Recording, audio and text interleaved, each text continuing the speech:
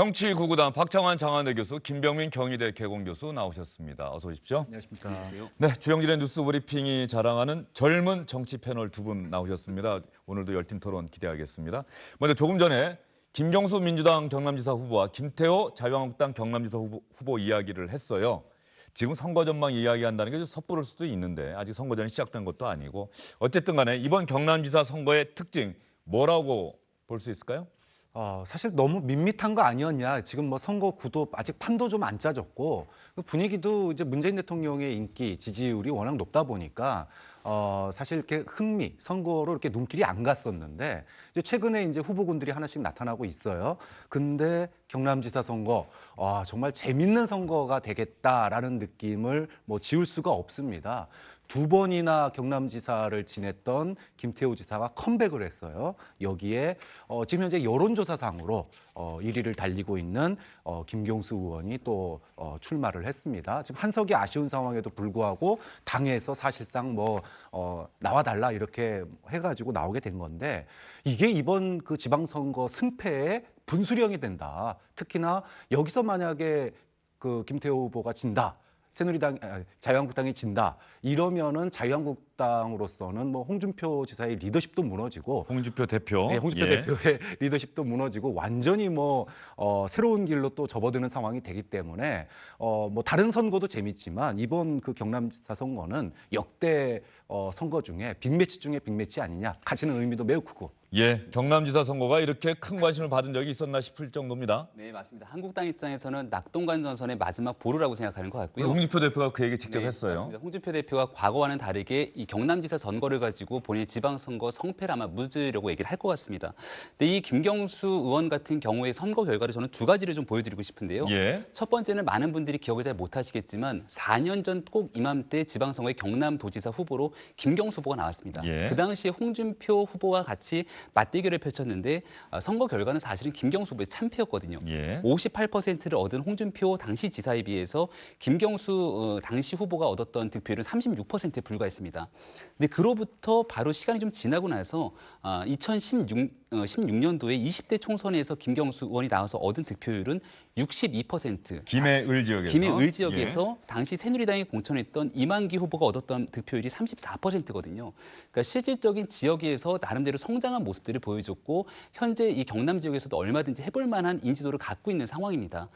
여기에 덧붙여서 김태호 그 전 최고위원 같은 경우는 특히나 지역에서의 스킨십이 굉장히 좋은 거로 유명해 있기 때문에 이제 경남지사 선거를 두고 볼 부분은 여러 가지 지역적 선거라든지 정황들을 다 떠나서 인물 대결로서 갈 수밖에 없는 상황이다 이렇게 평가할 수 있겠습니다. 예, 조금 전에 사실은 김태호 자유한국당 경남지사 후보 오늘 자유한국당에서 추대하는 움직임이 있어서 김태호 후보 중심으로 소식을 전해드렸는데 저희가 영상이 준비됐나 모르겠습니다만 제가 이게 혹시 한번 화면에 잡힐지 모르겠습니다. 이 기동민 민주당 의원이 오늘 김경수 의원이 후보로 추대가 되니까 본인의 페이스북에다가 이런 사진을 하나 올렸는데 아마 지난 대선 때 그린 것 같아요.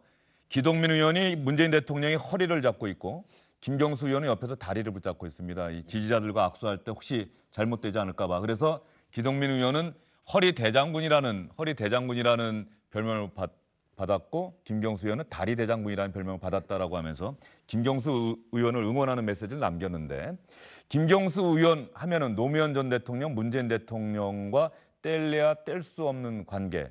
곧 김경수 의원 하면 두 전현직 대통령이 떠오른다. 이런 평가가 민주당 안에서도 나오고 있죠. 네, 그렇기 때문에 김경수 의원이 최근에 지지율도 높았고 여론조사상 그리고 많은 이제 여당에서도 현직 의원 한 명 주는 한이 있더라도 꼭 나가달라 이렇게 부탁을 한 건데요. 근데 김경수 의원이 지금 여론조사상 지지율도 높고 또 노무현 전 대통령의 마지막 비서관 거기다가 문재인 대통령의 복심 대변인을 했었으니까요. 그럼에도 불구하고 이렇게 더 이상 좋을 수 없는 분위기인데도 불구하고 이 경남지사 선거라는 게 만만치가 않은 곳입니다.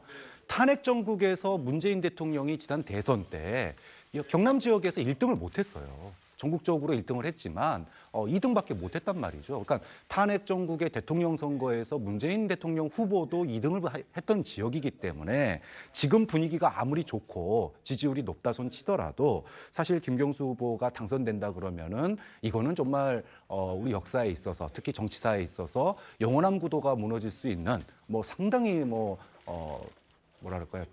깜짝 결과다 이렇게 봐야 될 정도거든요. 예. 그런 점에서 지금 지지율만 가지고 김경수 후보가 뭐 당연히 당선될 지역이다 이렇게 보기는 어렵거든요. 그러니까 아까 그런 점에서 김병민 교수가 개인기가 좀 보여줘야 된다라고 얘기하는 측면이 문재인 대통령이나 노무현 전 대통령의 후광만으로는 아까 말씀드렸던 뭐 지난번 지사 선거 때 36% 이거 지금 많아봐야 또 40몇 프로 여기를 넘어서기 어렵다라는 거죠. 그렇기 때문에 본인만의 정책과 비전을 이번 지방선거에서 보여줄 필요가 있다. 이런 점도 앞으로 만약에 당선이 된다면 그런 부분들이 가만히 돼야 된다라는 점을 김경수 후보도 아마 좀 준비가 돼야 될 것 같습니다. 당연하고도 상당히 중요한 얘기입니다. 그런데 두 분 말씀 듣다 보니까 이번 경남지사 선거에서 승리한 사람은 말이죠. 일학 여권이든 야권이든 차기 대선 주자의 한 명으로 급부상하는 게 아닌가 이런 생각이 들어요. 그렇게 분석하는 분들도 계시고요. 예. 저는 정반대라고 봅니다. 왜 그렇습니까? 그러니까 실질적으로 경남지사에서 승리해서 경남의 그 자리를 매김했던 여러 가지 정치인들이 있습니다. 가장 대표적인 케이스가 김두관 전 지사겠죠. 김두관 전 지사가 경남지사 선거 승리를 발판으로 대통령 선거에 도전하려고 했지만 역시 지역에서 벗어나서 중앙정치 무대에 나섰는데 한계를 굉장히 많이 느꼈습니다. 김두관 전 지사 그 얘기 한 적이 네, 있어요. 그리고 예. 홍준표 지사 지금 대표 같은 경우도 경남지사로 내려가고 나서 수차례 중앙정치로 복귀하면서 대통령 선거에 나가고자 했지만 경남지사를 그만두고 중앙정치에 복귀하기 전까지 사실은 대통령 후보와는 굉장히 거리가 멀어진 생활을 지낼 수밖에 없었거든요.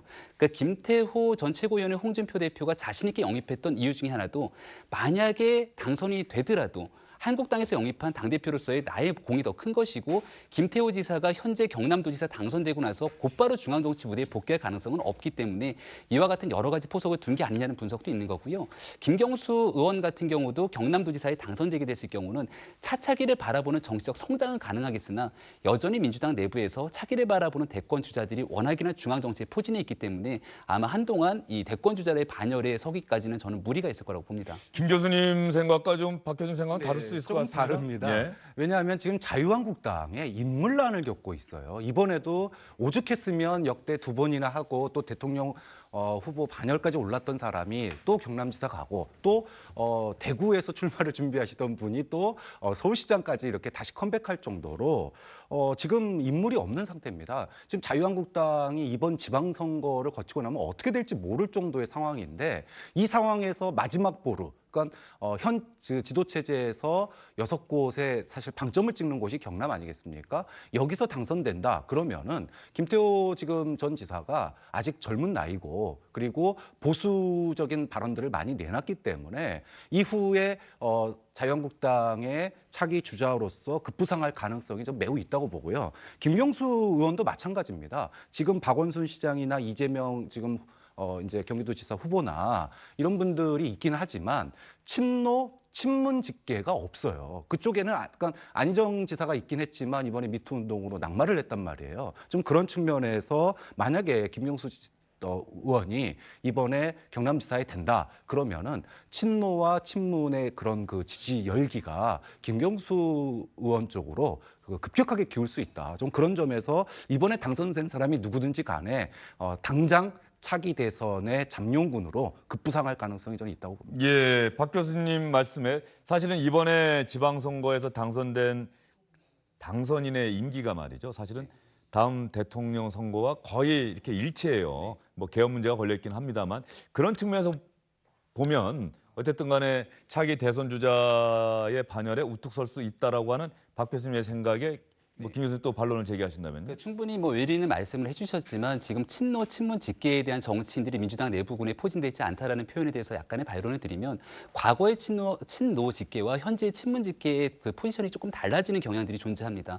예를 들어서 청와대에 지금 굉장히 활약을 하고 있는 임종석 비서실장 같은 경우가 친노와 친문의 직계라고 볼 수는 없는 인물이라고 볼 수 있겠지만 현재의 상황들을 보건대 문재인 대통령과 가장 가까운 상태에서 정치적 행보를 이어가고 있기 때문에 과거의 잣대로서 현재 잣대를 들이대 당선될 수 있는가에 대한 그 물음증을 다시 한번 좀 얘기를 할 수밖에 없을 거다라는 말씀을 드리고 싶고요. 그리고 경남이라고 하는 지역적 특성상 앞으로 대통령 선거까지 꽤 오랜 기간이 존재합니다.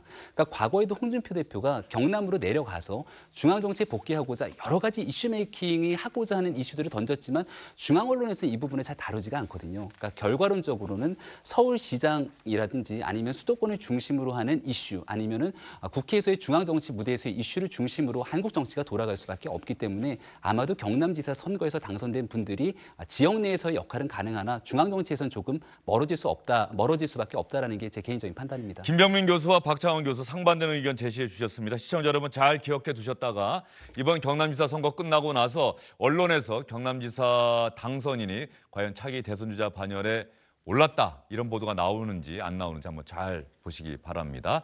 다음 소식은 민주당 관련 소식인데요. 이제 이번 지방선거 때 광역단체장, 기초단체장, 광역의원, 기초의원, 교육감 이런 선거도 있습니다만 국회의원 재보궐선거도 있습니다. 그래서 각 정당에서 아직까지는 본격적으로 공천 움직임이 이루어지고 있는 건 아닙니다만 각 정당에서 후보 자리를 차지하기 위한 경쟁이 물밑에서 상당히 치열하게 벌어지고 있는데 민주당 서울 송파을 재보선 지역에 재선거 지역에 나설 최재성 전 의원이 어깨띠를 두르고 거리를 돌아다니고 있습니다. 지금 화면에 나오고 있죠. 예비 후보로서 저렇게 선거운동을 할 수가 있는데 저게 지금 문제가 된 것 같아요. 문재인의 복심이라고 하는 글씨 보이시죠? 선명하게 보이시죠? 앞에는 최재성이라는 이름이 있고 뒤에는 문재인의 복심이라고 써 있습니다. 글쎄 선거운동하는 사람의 마음이다 이렇게 볼 수가 있는데 최재성 전 의원과 경쟁하는 민주당 송파을의 예비 후보, 현 지역위원장이기도 하죠. 송기호 예비 후보는 최재성 전 의원 저러는 건 반칙이다라고 하면서 국회 기자들이 있는 곳을 찾아서 강하게 성토를 했습니다. 어떤 이야기였는지 한번 들어보시죠. 최 전 의원의 문재인 복심 어깨띠는 대통령님에게 누가 되는 행위입니다. 우리 촛불 민심에 어긋나는 이런 낡은 정치를 멈추어 달라는 이런 말씀을 먼저 드림을 양해해 주시기 바랍니다. 박 교수님께 먼저 여쭐까요? 문재인의 복심이라고 써서 어깨띠를 두르고 다닌다. 반칙입니까? 만약에 이게 총선이었으면은 못났다 그렇게 얘기했을 것 같습니다. 근데 이번은 총선이 아닙니다. 보궐선거일 뿐만 아니라 지방선거라고 하는 동시선거거든요. 자, 그렇게 보면 재보궐선거는 이 상징적인 의미가요. 지역 민심보다는 전국 이슈로 선거가 치러지는 겁니다. 그러다 보니까 또 지방선거는 중간평가, 그러니까 대통령이나 여당의 중간평가 성격을 갖거든요. 저는 그런 점에서 좀 너무나 좀 직설적이라서 좀 그렇기는 하지만 최재성 후보가 문재인의 복심이다 이렇게 쓴 거는 저는 상징적인 의미를 갖고 있다고 봐요. 이게 지금 뭐 강남이라고 하는 뭐 송파에 그런 강남이라고 하는 상징성도 있지만 지금 문재인 대통령의 정책이나 행보에 대해서 여와야 특히 자유한국당과 민주당이 너무나 상반된 견해를 가지고 있습니다. 평창올림픽이나 남북정상회담에 대해서 자유한국당은 뭐 좌파 사회주의 이런 말을 서슴지 않고 지금 비판을 하고 있거든요. 반면에 여당으로서는 평화정착이라든지 뭐 새로운 나라를 얘기하고 있는 거예요. 그러니까 완전히 상반된 이 상황에서 국민들에게 어떻게 심판받느냐. 즉, 이 상황에서 현 정부에 대해서 지지를 보내달라. 그것의 상징으로서 저는 너무나 직설적이지만 문재인의 복심이다. 이걸 가지고 만약에 강남에서 당선된다. 그렇다라는 것은 저는 이것이 가지는 의미가 크기 때문에 최재성 후보로서는 뭐 자신이 강남에 도전하는 어떤 전술상의 이유도 있겠지만 이번 그 지방선거 그리고 재보궐선거의 성격의 본질에 정확하게 저는 꽂은 것이다. 좀 그런 점에서 송기호 변호사가 짜는 틀과 최재성 후보가 짜는 틀이 다른 거고 이 틀 중에 만약에 하나를 선택하라 그러면은 저는 최재성 의원이 상당히 본질에 가까운 이야기를 한 거다라고 봅니다. 예, 송기호 지역위원장 예비 후보가 들으면 좀 섭섭한 이야기를 우리 박창원 교수님이 하셨는데 김 교수님 생각은 어떠세요? 저는 우리 교수님 생각에서 전적으로 동의하고요. 예. 송교 변호사가 아무래도 정치 신인 아니겠습니까? 굉장히 뭐 여러 가지 활동들을 오래 해오셨지만 일단은 여의도 중앙정치에서의 경륜으로 보게 됐을 경우는 최재성 의원과는 비교가 좀 어려울 정도의 상황이죠. 여기에 대해서 이와 같은 형태로서 이야기를 한다는 거는 스스로가 좀 약하게 어떻게 몰리고 있다라는 분위기를 내비친 거라 결국 이 정치적인 상황에서 크게 좋은 선택을 한 것은 아니다라는 생각이 들고요. 문재인의 복심이다라고 얘기했던 부분들이 사실 말씀하셨던 것처럼 송파 지역에서 크게 어필되지 않을 수가 있습니다. 물론 경선 과정에서는 현재 더불어민주당 내에서 좋은 위치를 차지하는데 긍정적인 효과가 있을지 모르겠으나 지금 선거가 얼마 안 남았기 때문에 경선보다는 본선에 집중할 수밖에 없는 상황이고 특히나 송파 지역은 이 부동산 정책에 대한 문재인 정부의 문제 그리고 개헌 과정에서 얘기했던 토지 공개념에 관한 문제 등에서 사실 긍정적인 평가와 부정적인 평가가 굉장히 혼재하고 있는 터라 이게 저는 개인적으로 최재성 의원에게는 큰 도움은 되지 않는다고 봅니다. 하지만 그럼에도 불구하고 이와 같은 그 전략적 마케팅을 쓴 이유에 대해서 또 이런 분석도 가능한데요. 만약에 이번이 당선이 되고 나면 곧바로 민주당은 이어서 전당대회가 이뤄지게 됩니다. 예. 그러니까 전당대회 과정에 당대표로 출마해서 문재인 정부와 함께 결을 맞춰갈 수 있는 후보군들이 보이지가 않는데 거기에서 본격적인 당권 경쟁까지 문재인 대통령과 내가 함께 할 테니까 같이 가자라고 하는 선언적 메시지를 좀 던진 게 아닌가. 그러니까 실제로 지역에 있는 위원장과를 비교되지 않는 선 크고 굵은 정치를 하겠다라고 굉장히 좀 포부를 밝힌 모습으로 비춰질 수 있는 것 같습니다. 예. 그렇다고 한다면은 최재성 전 의원이 서울 송파울 원래 경기도 남양주가 지역구였는데 20대 총선 불출마 2012년 대선 때 본인이 이야기해서 그 약속 지키는 차원에서 불출마를 했는데 서울 송파울을 택했어요. 그런데 재미있는 건 추미애 대표가 이런 사정을 충분히 짐작하고 있는데 그 송파울 지역위원장으로 송교 변호사를 또 임명을 했어요. 그럼 추미애 대표와 최재성 전 의원 사이에 혹은 친문 간에 약간의 갈등, 뭔가 생각의 차이가 있는 건 아닌지 이런 해석도 가능할 것 같습니다. 청와대에서 그런 얘기를 많이 합니다. 그러니까 어떤 사안을 놓고 엇박자를 낼 때 청와대에서 항상 하는 얘기가 생각의 차이가 있을 수 있다. 그 자유롭게 얘기해야 된다. 이런 얘기를 항상 했었어요. 그래서 갈등으로 보지 말고 더 좋은 것을 위한 어떤 그 경쟁 그리고 토론 이런 걸로 봐달라 이렇게 얘기를 했는데 저는 뭐 누구 사람이냐가 중요한 게 아니라고 봅니다. 그러니까 추미애 전 대표가 영입했다 그래서 뭐 둘 사이에 지금 대리전 양상 뭐 저는 뛸 수도 있다고 보거든요. 나랑 친한 사람, 나하고 정책이 같은 사람, 비전이 같은 사람 추천도 하고 영입도 할 수 있는 거죠. 그런 점에서 저는 뭐 이걸 일부러 감출 필요가 없다. 좀 그런 점에서 경선 과정에서 당내 당원들에게 추미애 대표도 뭐 송교 후보의 장점이 있다 그러면은 저는 과감 없이 얘기를 하고 오히려 그런 것들을 공개적으로 얘기해야지 이걸 쉬쉬하고 뒤에서 싸우는 그런 모양새가 돼버리면 이거야말로 당의 분란이거든요. 그래서 그런 게 있다 그러면 전 추미애 대표도 공개적으로 지지 선언을 하는 게 또 좀 그렇게 나쁜 모습은 저는 아니라고 봅니다. 예, 어쨌든 최재성 전 의원과 송기호 예비 후보 사이에 어떤 경쟁, 그 결과가 어떻게 될지도 한번 관심 있게 지켜봐야 될 것 같고요. 자유한국당에서는 배현진 전 MBC 앵커를 사실상 후보로 확정을 한 거죠? 네, 맞습니다. 그리고 이제 여기서 지켜봐야 될 거는 또 바른미래당 후보군이 있는데 박종진 전 앵커를 확정할 것처럼 보였지만 장성민 전 의원이 네. 갑자기 영입이 되면서 또 송파울에 네. 공천되는 건 아니냐 이런 얘기가 나오는 것 그렇죠. 같아요. 그래서 경선이 불가피한 거 아니냐라는 얘기가 나오는데요. 그러니까 바른미래당 같은 경우는 과거에 바른정당과 국민의당이 합당하지 않았습니까? 그래서 일각에서는 지금 현재 있는 박종진 전 앵커는 바른정당에서 이해운 당시 대표가 영입한 케이스고요. 그러다 보니까 국민의당에서 영입한 인사라든지 이런 부분들을 배분해야 되는 것이 아니냐라는 얘기가 나오는데 사실 바른미래당이 이번 선거 과정에서 배분해갖고선 선거에 승리할 만큼 그렇게 여유 있는 정당이 아니지 않습니까? 따라서 지금 현재로서는 가장 경쟁력 있는 후보 누군가를 골라야 되는 상황이기 때문에 누구라도 한 사람이 섣불리 공천이 확정됐다고 보기는 어려운 지점이 있습니다. 서울 송파울 지역은 어느 정당, 특히 민주당, 여당이 민주당 입장에서 승리를 낙관할 수 없는 지역이다. 이런 평가를 스스로 하고 있는 것 같습니다. 자유한국당 후보 MBC 앵커 출신인 배현진 씨를 사실상 확정을 했고 바른미래당 후보가 누가 나올지 정의당 또 민주평화당에서 어떤 후보를 내놓을지 하여튼 이번 재보궐선거의 격전지가 될 것 같다 이렇게 이야기할 수 있을 것 같고요. 조금 전에 문재인의 복심이라고 하는 이 소식을 사실 여러분께 드린 이유는 먼저 말씀드린 이유는 민주당 안에서 말이죠. 선관위가 이런 지침을 내린 거 아닙니까? 노무현 문재인 전현직 대통령의 이름을 예비 후보들이 좀 쓰지 말아라. 이렇게 결정을 내렸는데 추미애 대표는 아니다, 그거 써야 되는 거 아니냐, 선관위 결정에 조금 이의를 제기하고 있는 것 같은데 네. 어떻습니까?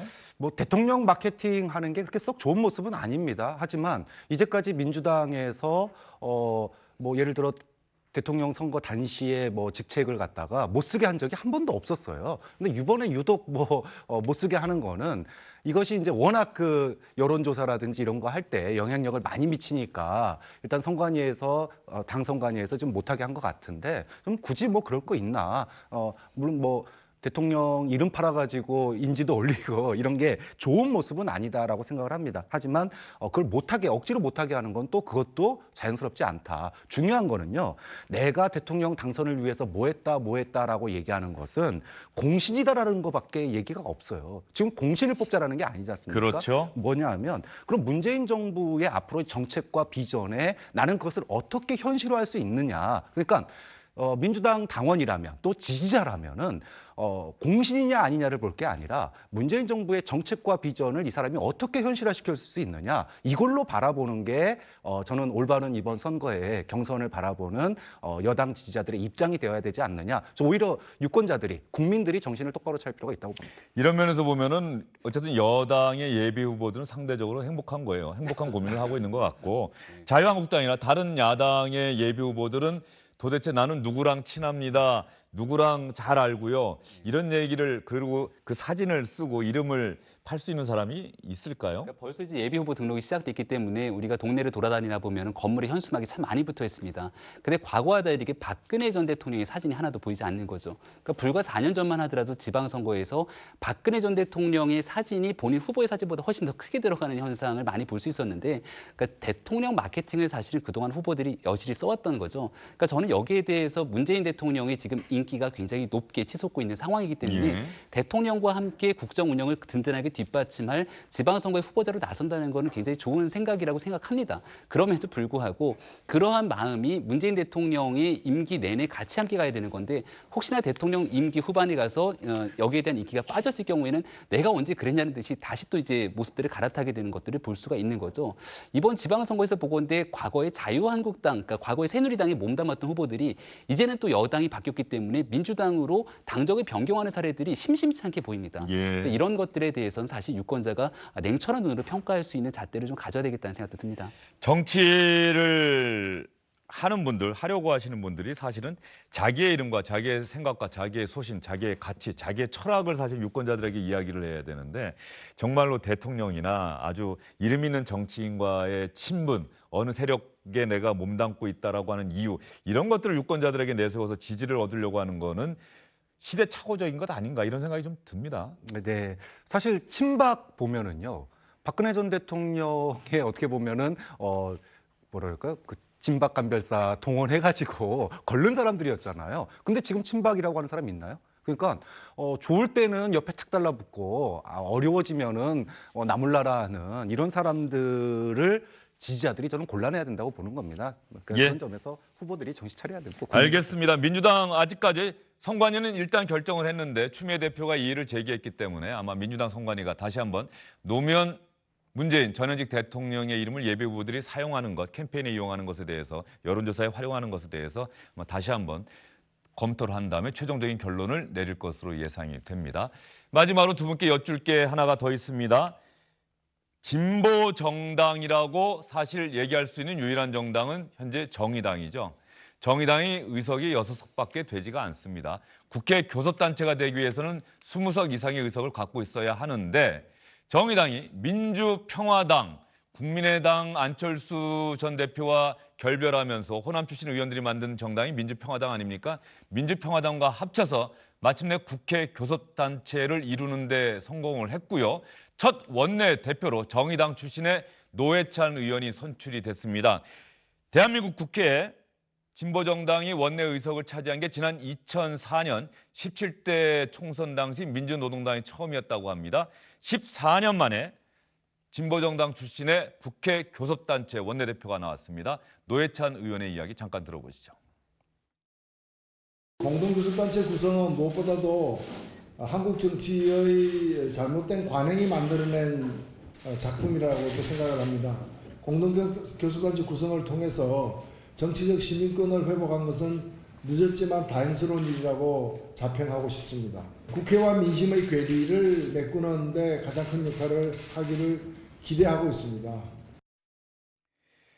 노회찬 의원은 상당히 의미를 부여하고 있는데 어떻습니까? 사실은 정의당과 민주평화당이 공동으로 지향하는 점이 있는가, 공통분모가 있는가 또 이렇게 의아해하는 분들 있을 수 있어요. 네, 맞습니다. 이게 이제 얼마나 지속될 수 있을 것인가의 의문을 제기하는 분들도 계시고요. 특히나 이번 지방선거 과정에서 특히나 박지원 의원처럼 한때 단체장이 출마하기를 원했던 분들도 계시지 않습니까? 이렇게 돼서 한 명이라도 빠지게 되면 또 교섭단체가 붕괴될 수 있는 상황이고요. 지금 아마 이번 지방선거를 거치면서 보궐선거를 통해서 여러 가지 의석수에 대한 변화가 있을 건데 아마 이번 지방선거 이후에는 여러 가지 정치 일정에 대한 변화가 좀 불가피하다고 생각합니다. 따라서 지금 현재로서는 두 당이 가지고 있는 원내 공동 교섭단체를 구성함으로 인해서 얻을 수 있는 이득이 크기 때문에 함께 이 정치적 방향을 같이 할 수 있겠지만 이게 굉장히 장기적으로 지속되기까지는 여러 가지 생각들이 교집함이 좀 다를 수가 있거든요. 가장 대표적인 케이스가 개헌에서부터 의견을 좀 달리하고 있는 상황들이 있을 수 있는 지점이라 저는 그렇게 오래도록 같이 교섭단체를 지속하기엔 조금 무리가 있지 않을까라는 생각을 갖고 있습니다. 박 교수님 생각은 어떻습니까? 뭐 바른 미래당으로 있으면서 두 지붕으로 있나? 아예 당이 다르지만 뭐라 그럴까요? 이 교섭단체로 있나? 별 차이는 없어 보입니다. 하지만 저는 상당히 의미 있는 일이라고 봐요. 일단은 균형자 역할을 하게 됐습니다. 그동안의 교섭단체 수로 보더라도 보수가 둘이었고 민주당 이제 2대 1이었는데 여기에 이제 뭐 거의 의석수 비율도 거의 이제 똑같지 않습니까? 뭐 한두 석 차이밖에 안 날 정도로 그런 의미에서 상당히 의미 있는 역할이 됐다. 왜냐하면 이 국회라고 하는 곳이요. 단순하게 뭐 수싸움뿐만이 아니라 이 의사 일정, 예산, 뭐 여러 가지 지원 이런 부분들이 다 의석수하고 비례하는 거거든요. 근데 이름 없이 뭐 20석 미만으로 있으면은 거기에 낄 수가 없어요. 그런데 지금 뭐 이런 그 간사들을 갖다가 상임위에서 낼 수 있기 때문에 그 일정과 그다음에 자신들의 의견, 거기에 예산 이런 거 다 할 수 있을 뿐만 아니라 뭐 정책연구위원도 지원받을 수 있게 되고요. 또 뭐 여러 가지 행정요원들도 지원받을 수 있게 됨으로 인해서 물론 반쪽짜리긴 하지만 진보정당이 지금 20대 국회에서 그래도 진보정당만의 가치가 대한민국에 분명히 있거든요. 진보정당이 개헌이라든지 또 향후의 법률 또 예산 이런 부분들에 일정한 목소리를 낼 수 있게 됐다는 점에서도 상당히 의미 있는 일이라고 봅니다. 네, 시청자 여러분 어떻게 생각하실지 저도 궁금합니다. 민주평화당과 정의당이 공동으로 국회 교섭단체 만들었는데 이름이 참 좋네요. 평화와 정의. 그러나 또 지방선거의 후보 공천이나 이런 것들은 각 정당별로 따로 하게 되겠죠. 앞으로 평화와 정의 국회 교섭단체 개헌 전국에서 또 지방선거 전국에서 어떤 선택들을 해 나갈지 과연 화음이 잘 이루어질지 아니면 불협화음이 나올지 또 지켜봐야 될 것 같습니다. 두 분 오늘 긴 시간 좋은 말씀 감사합니다.